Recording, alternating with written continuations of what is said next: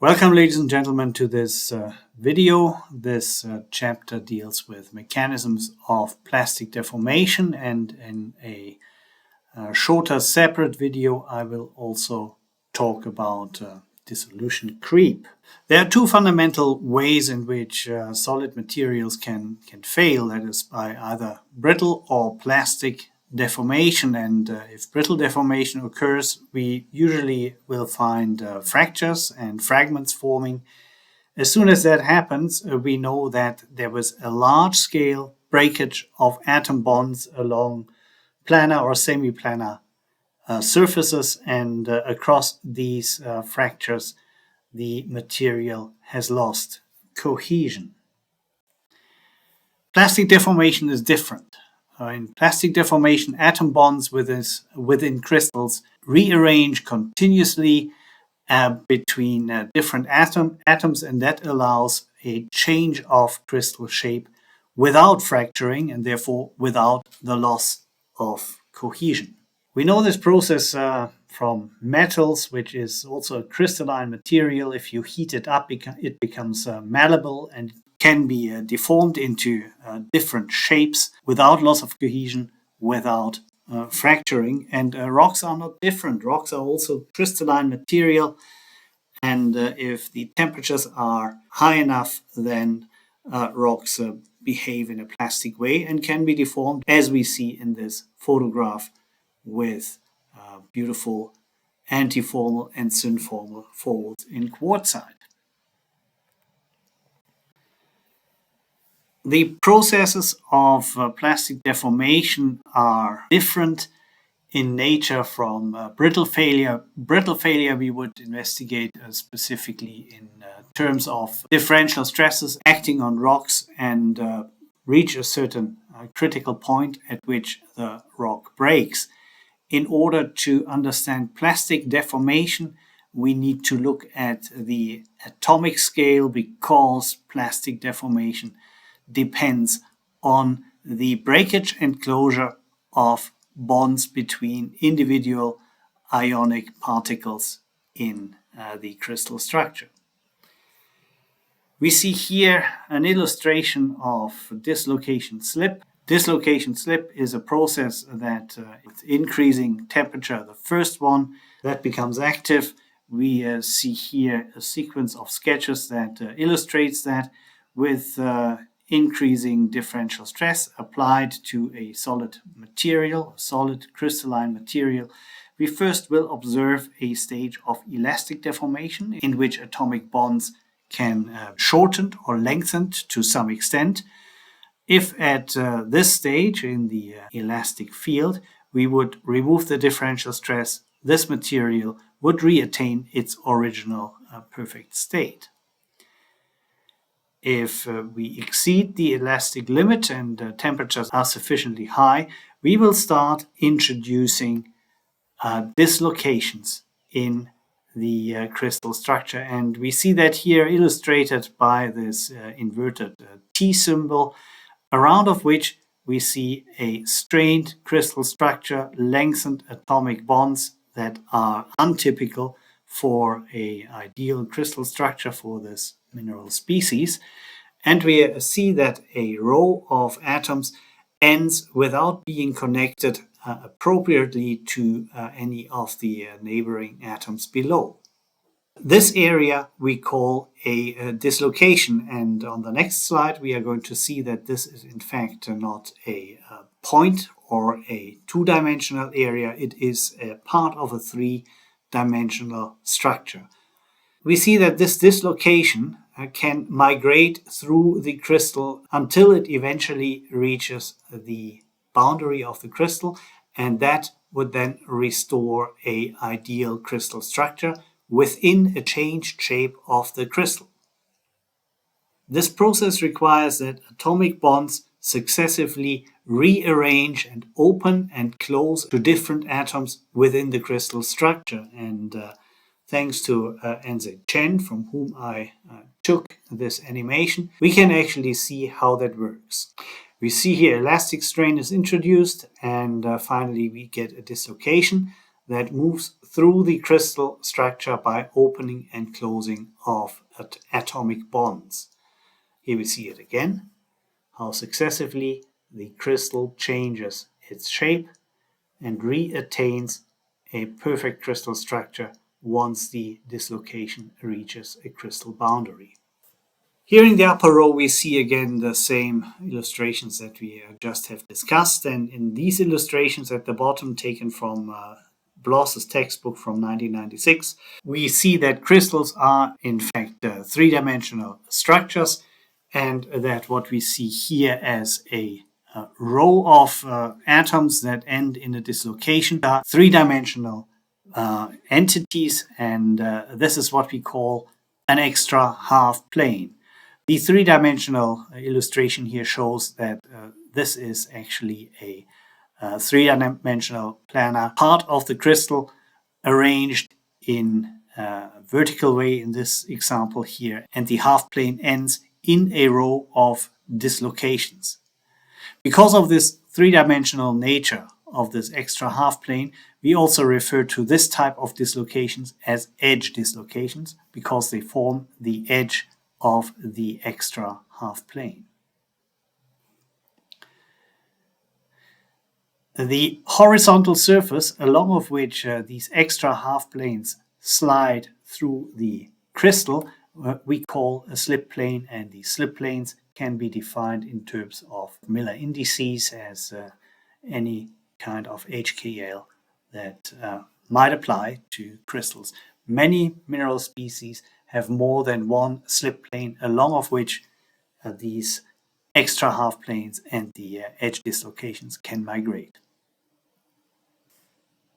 Crystals, of course, have a large number of dislocations, and if they are exposed to differential stress and sufficiently high temperature, these dislocations can migrate, and this can lead to a number of effects. Two important ones I want to discuss briefly. Let's assume we find two dislocations highlighted here in orange and in red. The one is pointing downwards, the other one is upwards, extra half planes ending in edge dislocations, and these dislocations migrate in opposite directions but in the same slip plane.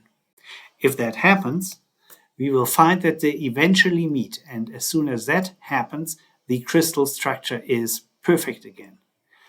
Dislocation slip normally would end at this stage because the thermodynamic energy is minimized as soon as a perfect crystal structure is restored. This process is referred to as healing. In this example here we see again two edge dislocations sliding in opposite directions, but now the slip planes are overlapping. The green dislocation would slide in this slip plane, the red one would slide in that one, and when these two dislocations are going to meet, as we see here, they will tangle up, they will inhibit further sliding because they obstruct each other.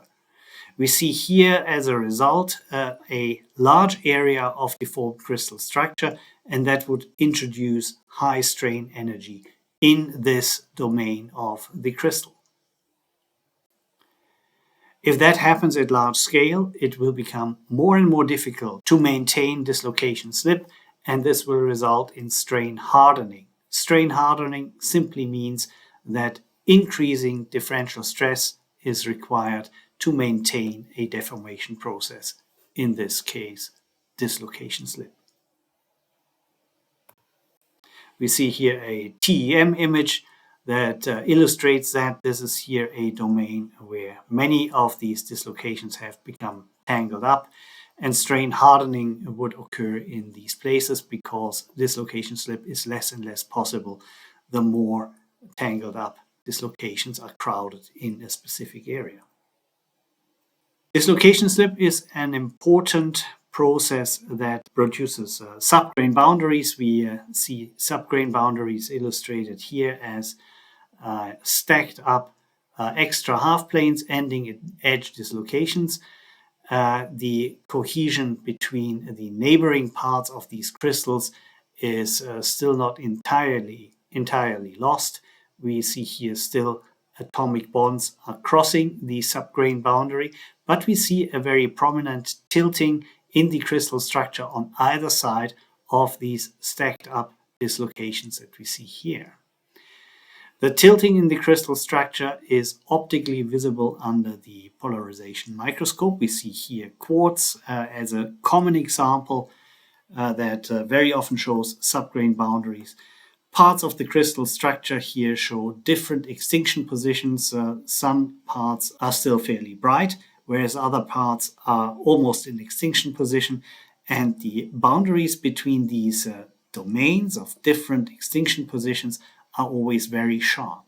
These are the subgrain boundaries, and we can see they can be oriented in different ways. We see here pretty much top to bottom oriented subgrain boundaries. They are dominant, but we see also some subgrain boundaries that go from left to right, and that means there must be different slip systems active that create tilting in the crystal structure, as we see here on the right hand side in our schematic illustration. So these would be subgrain boundaries. Subgrain boundaries are invisible if you uncross the polarizers in your microscope, and that allows you to distinguish subgrain boundaries from grain boundaries. For instance, here, this would be a grain boundary. Grain boundaries have lost largely their cohesion. Atom bonds are rare or absent in grain boundaries, and that allows fluids or air to infiltrate along such grain boundaries. If you take out the polarizer in the microscope, you will see a Becky line. Subgrain boundaries will not show Becky lines because the cohesion is still so strong that no other material can easily infiltrate along subgrain boundaries. The next process that I want to discuss is grain boundary diffusion creep, also referred to as Cobalt creep. Grain boundary diffusion creep, as the name says, relates to the diffusion of ions or atoms along grain boundaries, along the surfaces of grain boundaries. And we see that here illustrated. Two grains meet at one boundary, and if they are put under differential stress, stress concentrations along the interface would facilitate the migration of atoms away from such high stress sites towards low stress sites. This is a redistribution of material. The atoms always remain attached via atomic bonds to the crystal, and this again will be a process of opening and closing atom bonds in such a way that migrates atoms away from the high stress sites. We see that illustrated here. The grains have now changed their shape. They are stretched out horizontally and shortened vertically.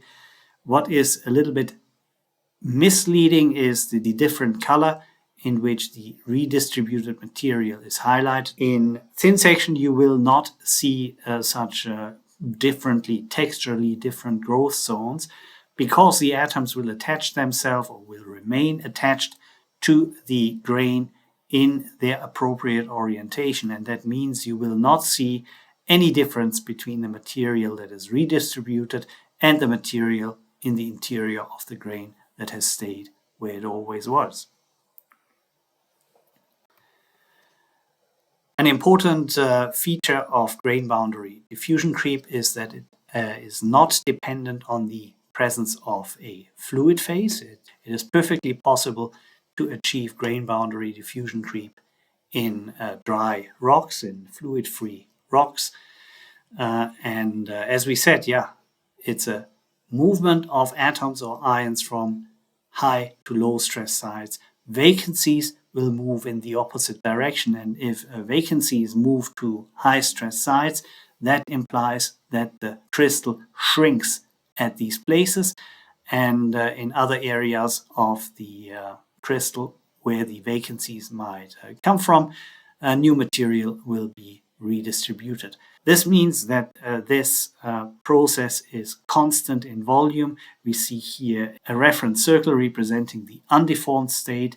After the deformation, we will have a crystal that was stretched in one direction and shortened in another direction. Grain boundary diffusion creep is typically active at relatively high temperatures because the diffusion of ions is necessary, but it does not require high differential stress. Volume diffusion is our next mechanism of plastic deformation. It is also known as a Nabarro-Herring creep. Volume diffusion means that atoms are mobile throughout the crystal structure in 3 dimensions. This is a process that does not take place at the surface of the crystal. Then it would be grain boundary diffusion creep. But again, atoms will move from high stress to low stress domains, and vacancies will move in the opposite direction. We see this illustrated here in a simple kind of substitution of atoms with vacant sites in the crystal structure. If that happens systematically and at large scale, we will achieve a changed crystal shape, as you see here from shape A to shape F. Of course, that is a different shape. It can lead to the restoration of a perfect crystal structure, but it also can lead to the introduction of new and more vacancies, and therefore can increase the deformation intensity in crystals.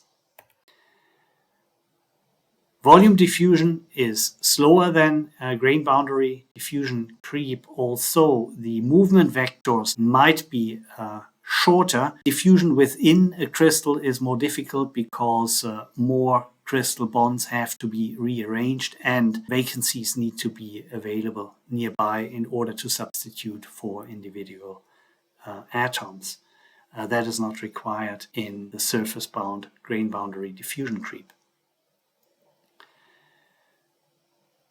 Volume diffusion is dominant at relatively low or intermediate differential stress, but it requires higher temperatures than grain boundary diffusion creep.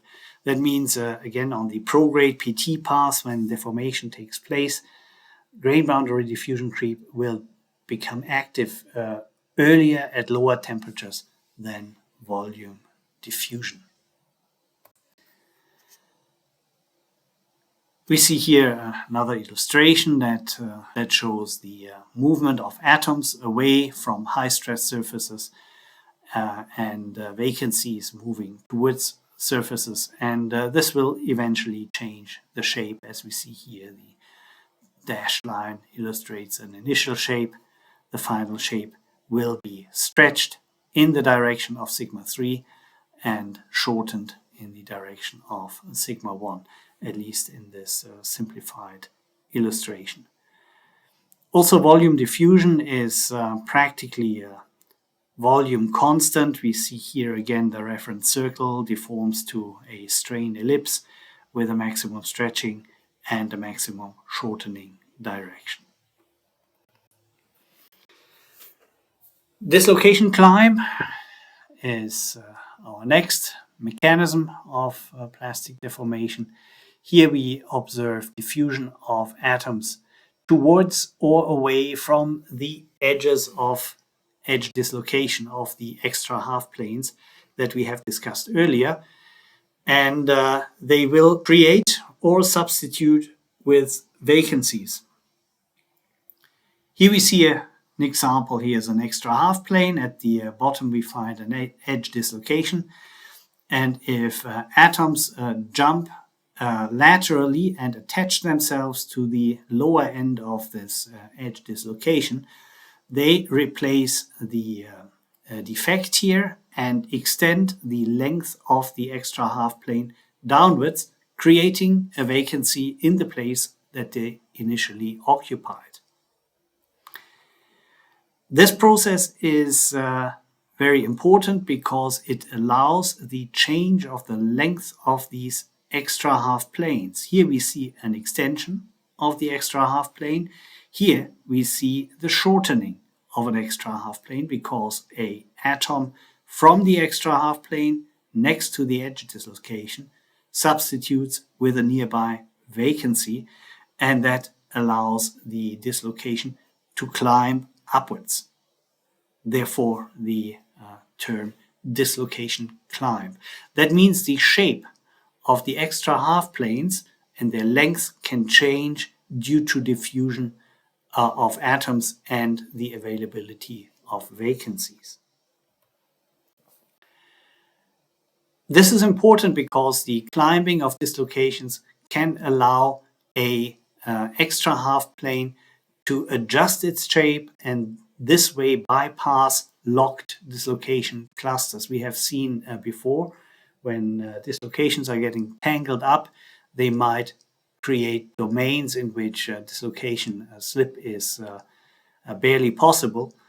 And if dislocations or extra half planes can change their shape, they might be able to bypass such cluttered up parts of the crystal, and that can lead to strain softening. It can help to facilitate dislocation slip by adjusting the shape of the extra half plane. Here we see an image that we have seen earlier. These would be these tangled up areas, and if you imagine that perhaps atoms at the edge of this half plane diffuse away into nearby vacancies, then we would allow the crystal structure to heal and to attach an extra half plane that is shorter now with the green half plane that we see reaching out here from the bottom. Dislocation creep is closely related to the recrystallization, a term that we haven't discussed so far. Dislocation creep is the combination of dislocation climb and dislocation slip. If these two occur together, we refer to them as dislocation creep, and that is the most effective process that can mobilize grain boundaries and change the shape of crystals in the plastic field. It requires high temperature because we need effective diffusion in order to allow the substitution of vacancies and cations, and it also requires significantly high differential stress. Dislocation creep leads to recrystallization, and I use this term here in the structural sense. Also material scientists would use it in that way. Recrystallization in the field of structural geology is the replacement of larger undeformed grains by smaller grains of the same mineral species. In petrology, the term is often used for metamorphic changes of the mineral assemblage, but this is not what we are talking about here. We see here the three important types of recrystallization. We see large grains and along grain boundaries, small amounts of migration have led to the isolation of small domains which are internally then strain-free and form separate small grains in these positions, and we can see this process can be fairly effective, eventually replacing large parts of older, larger and deformed grains, or perhaps even replace them entirely. This would convert a coarser grained into a finer grained rock, but the mineral species stays the same. These small recrystallized grains have the same composition, are the same mineral species as the porphyroclasts that are undergoing this recrystallization process. Bulging is a small-scale process occurring along grain boundaries. Subgrain rotation is another way how recrystallization can take place. We have seen how subgrains are forming. If subgrain tilts exceed a certain limit, the subgrain boundaries will convert into high-angle grain boundaries, and new grains will replace larger deformed grains. We see that here the solid lines are the boundaries of recrystallized grains. The dotted lines here illustrate subgrains in an older deformed grain. And then we have large-scale grain boundary migration. It's illustrated in irregularly shaped grain boundaries between minerals of the same species. So let's assume all this here is a cluster of quartz grains or feldspar grains. Between these grains, the grain boundaries become mobile by particularly dislocation creep, and therefore the grains can change shape and they can eliminate neighboring grains. Larger grains typically grow at the expense of smaller grains. If you want to know more about this process, I recommend this beautiful paper by Stipp, Stünitz, Heilbronner, and Schmidt from 2002 in the Journal of Structural Geology. That is the source where these illustrations come from. If you want to know about dissolution creep, please have a look at the second video for this chapter on mechanisms of plastic deformation. Thank you very much.